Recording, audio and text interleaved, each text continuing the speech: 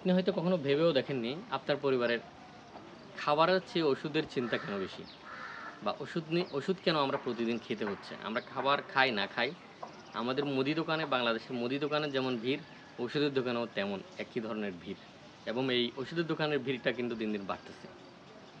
আমরা খাবার থেকে ওষুধ নিয়ে অনেক বেশি চিন্তা করতে হয়। বিশেষ করে গ্যাস্ট্রিকের সমস্যা, উচ্চ রক্তচাপ, ডায়াবেটিসের সমস্যা।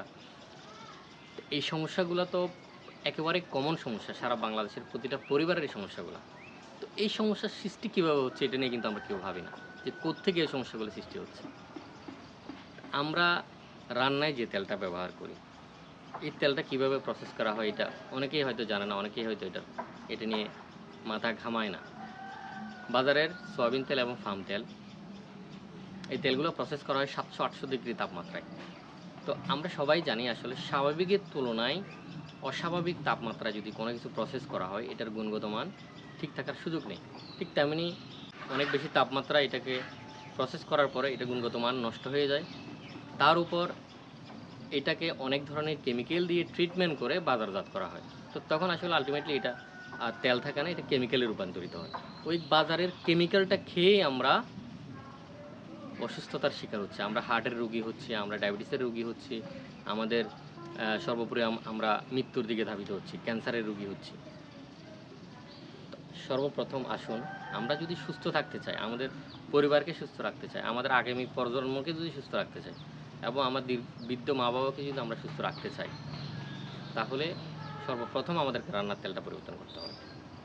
আমরা আমাদের আমাদের পূর্বপুরুষরা কী খেয়েছে, আমরা যাদের বয়স 40-এর উপরে, যাদের বয়স 30-এর উপরে, তারা কী তেল খেয়েছে নিশ্চয় আপনার জানা আছে। বাংলাদেশের রান্নার তেল ছিল সরিষার তেল।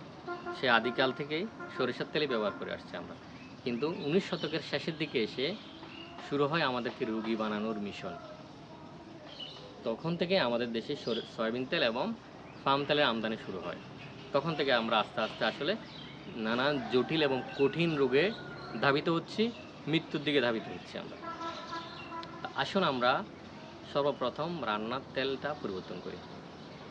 রান্নায় আমরা কাঠের সরিষার তেলটা ব্যবহার করি এবং আমাদের সমস্ত রোগ জীবাণু থেকে আমরা জটিল এবং কঠিন রোগ থেকে দূরে থাকি, মেডিসিন থেকে দূরে থাকি, আমরা আমাদের পরিবারকে সুস্থ রাখি। আমরা পরিবারকে সুস্থ রাখার জন্য, দীর্ঘস্থায়ী রোগ জীবাণু থেকে বাঁচার জন্য, জটিল এবং কঠিন রোগ থেকে বাঁচার জন্য একমাত্র উপায় হচ্ছে বাজারের কেমিক্যালযুক্ত পাম তেল এবং সয়াবিন তেল পরিহার করা।